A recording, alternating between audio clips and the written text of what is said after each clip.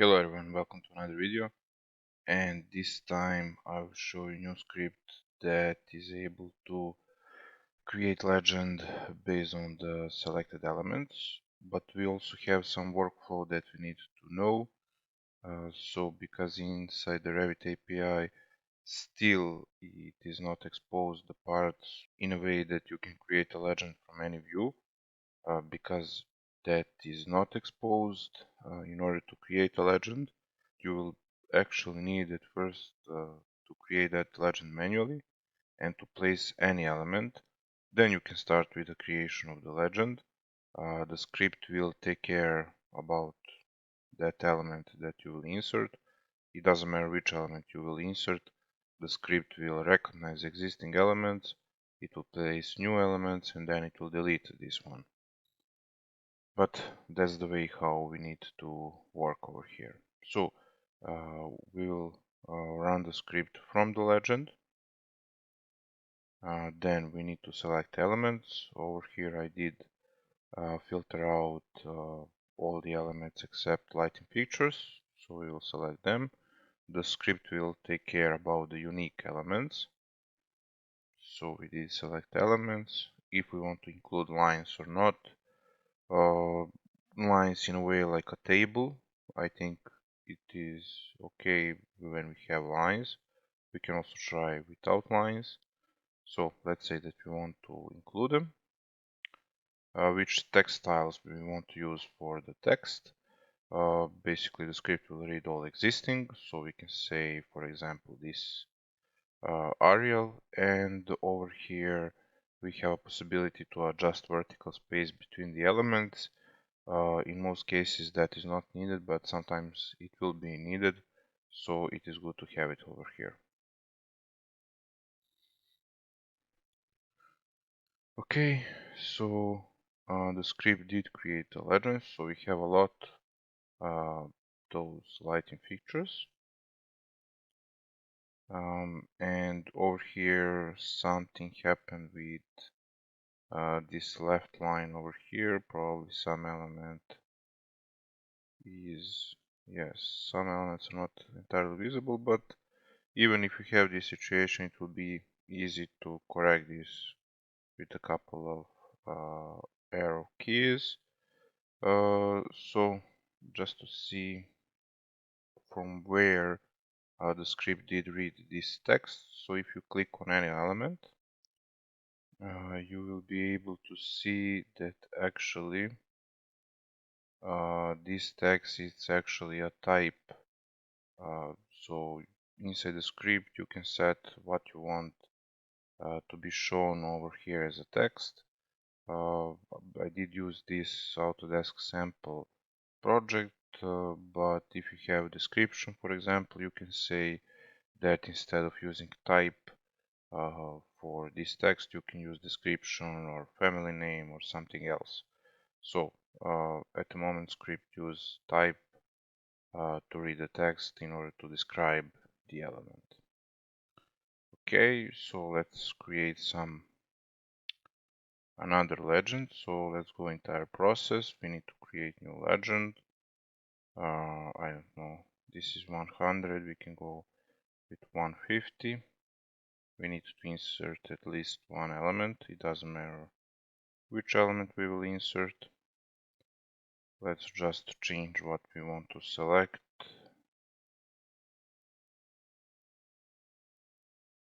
So I don't know if we have, probably we have some electrical equipment. It will be interesting to see how the script will form the legend with this large equipment, but we can try. So from our new legend we will run the script. We need to select the elements. You do not need to select all of them, you can select a couple of them. Finish. Let's go this time without lines. Let's use, for example, now this red text and create a legend.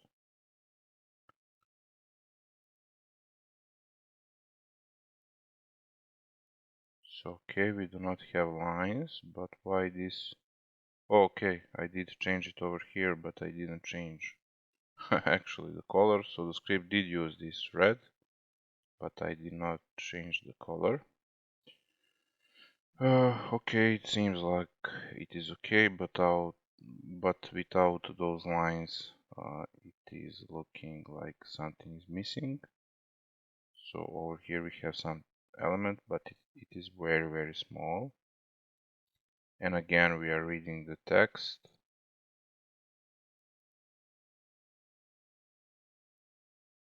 From type, and I don't know. Also over here you can see that we are reading the text from the type. Oh, let's maybe test the script one more time just to see if we can show that that vertical adjustment. Let's insert some element and let's use, for example, electrical features. Okay, from the legend number 3 we will run the script.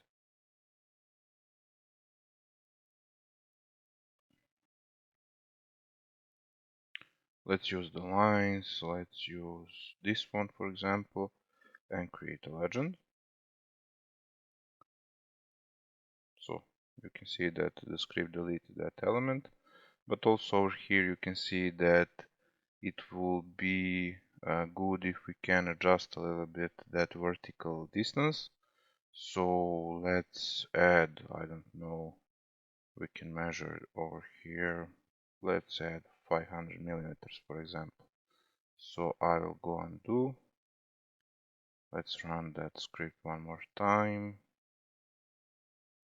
So select elements, lines, text, and let's add. You can go with positive or negative values.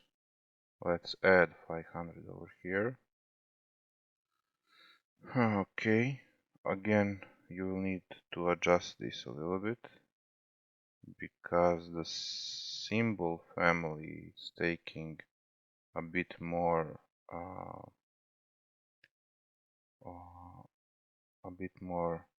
room than it looks like. And also this text over here, we can maybe move it a little bit up. So with a 30-second correction you have a legend of all the elements that you did use in the project. I think this script is useful. Let's also just test it on the HVAC sample model just to show that it will also work, for example, for air terminals. Okay, so I open that sample project, except air terminals. I'm not sure if we can use this script for anything else. In this project there are no duct accessories, pipe accessories, so the only thing on which we can test this script is, I think, air terminals in this sample project. So again, we need to create a legend. Let's just jump to metric. Let's go with millimeters. So something which is reasonable for legend is 150. Okay, we need to add any element. Okay, and now we'll run the script. Okay, so we want to select all elements. Finish. We want to have lines. Let's use it again, this font. Probably we will need to add some vertical distance because also air terminals for diffusers have some arrows like symbols, but let's go with 0 initially, then we will see. So create legend. This is looking okay. I assume that we will have also diffusers with arrows. So in 23 the family has those arrows. But okay, so again, this is a type. We have all the elements. All those elements are unique elements, and basically just over here it doesn't look like it's unique, but I assume that one family is for supply, one family is for return. It's curved face, and this one, yeah. So the difference is between this return and supply. So those are basically unique elements. That's it. Let's go to Dynamo just to see how I did create a script. Okay, so this is a script. I did test it on Revit 23 and 24. On purposely, I did use a lot of custom packages because it will be easier for you to understand which nodes I did use and why I did use those nodes. Of course, you can replace everything with Python. So let's start from the beginning. You did saw the user interface. We need to select elements. We have a question if we want to include lines or not. We need to choose text style, and also a question if we need to adjust vertical distance. All of that is going to the multiple input form, and from there let's start over here, then we will explain those connections. So let's just run the script one more time, so I will go undo so we can also follow the results.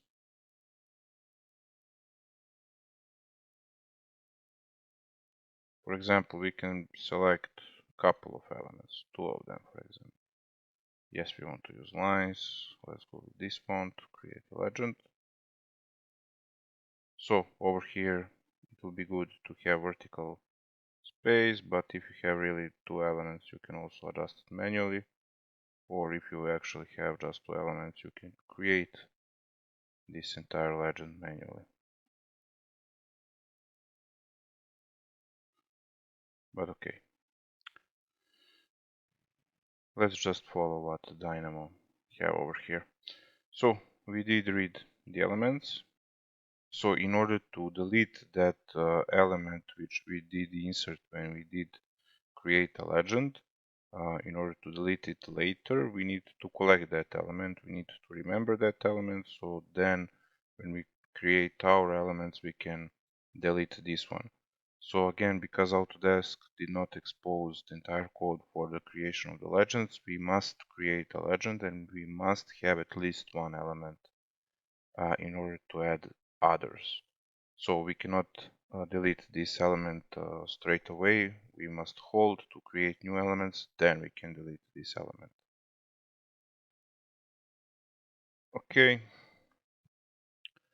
from elements, because in those lighting fixtures and air terminals, we did select, for example, I don't know, 400 elements. So instead of every in each instance, we want to go to the element type. We want to flatten that list, and we want to proceed only with unique elements. So for example, from those 400 elements, we want to have at the end 10, 15 elements because they are unique elements. So over here we have a type. Over here we just want to have a string. We want to have a text. And this is the value which we'll then use for like description of the element. Now in order to see what is the size of the element, in order to assign some width to those lines, we need to do a silly job over here. So now for our unique types, we need to find one instance of those types in the model. That will not be an issue because we did start from that path. From the instance we did go to the types. Now we want one and only one element from each type so we can get to know the size. And also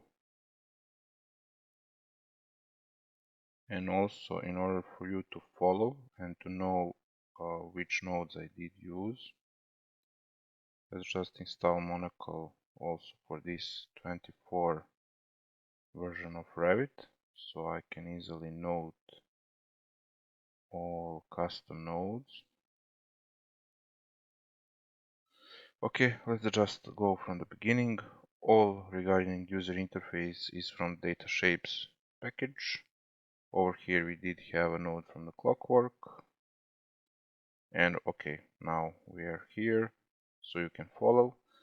From instances we will go to geometry, then because for some geometry you will have arcs, lines, solids, and it can happen that you have multiple solids. I did find this node. This node will perfectly union all solids for one element. That is very important. Then from whatever you have over here, like lines, arcs, points, and so on, over here we will filter only solids, and then we will uh, basically retrieve bounding boxes from our geometry.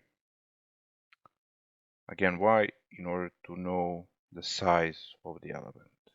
And this is very useful node because over here now when you did create bounding boxes you can see what is the width, length, height, and so on. Okay, so now we are at the part when we need to insert our elements to the legend. So for example, from those 400 air terminals, we did identify 10 unique, and now we need to add those 10 unique elements to our legend. In order to add them to the legend, we need to say in which view we want to add them. That is why we are starting from the legend, because then the legend is active view. Which elements we want to add, those unique family types. Okay, and we need to know location. How we will know the location? So over here we have bounding box, and in order to get to know the points, we have one Python code. What is very important for you when you want to determine the height of the element? So for example, in order to set this row height over here, you need to know the height of this element. But when you grab those elements from the model, in your project, those elements can be oriented like this, or they can have some different orientation. So it is very important that inside your code you are measuring x and y difference, and to take whichever measurement you did find that is bigger in order to determine the distance between the elements. Okay, so now the script did find that the distance between the elements is 450, and okay, also we have some input over here. Let's check what is that input. It is the input about additional vertical distance. Over here at the input we did say 0. So now when we want to add that to whatever Python calculated, basically 0 plus anything, it will be those values over here. Then it is not just the location of the elements. You should have the text on the similar location.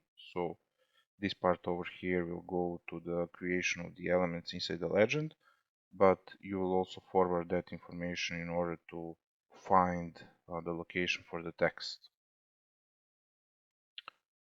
Okay, so now we want to insert text. Active view, it's a legend. The location is this one. Text is what we read from the type. You can use description, family name, whatever. Alignment, it's left. Type, it is what the user did specify at the input, and that is it. Now this could be optimized, but I was lazy. So now we did place the elements, we did place the text, but we also need to place lines.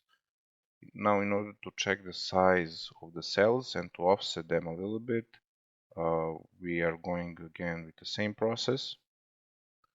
Also, I did align vertically text to the middle.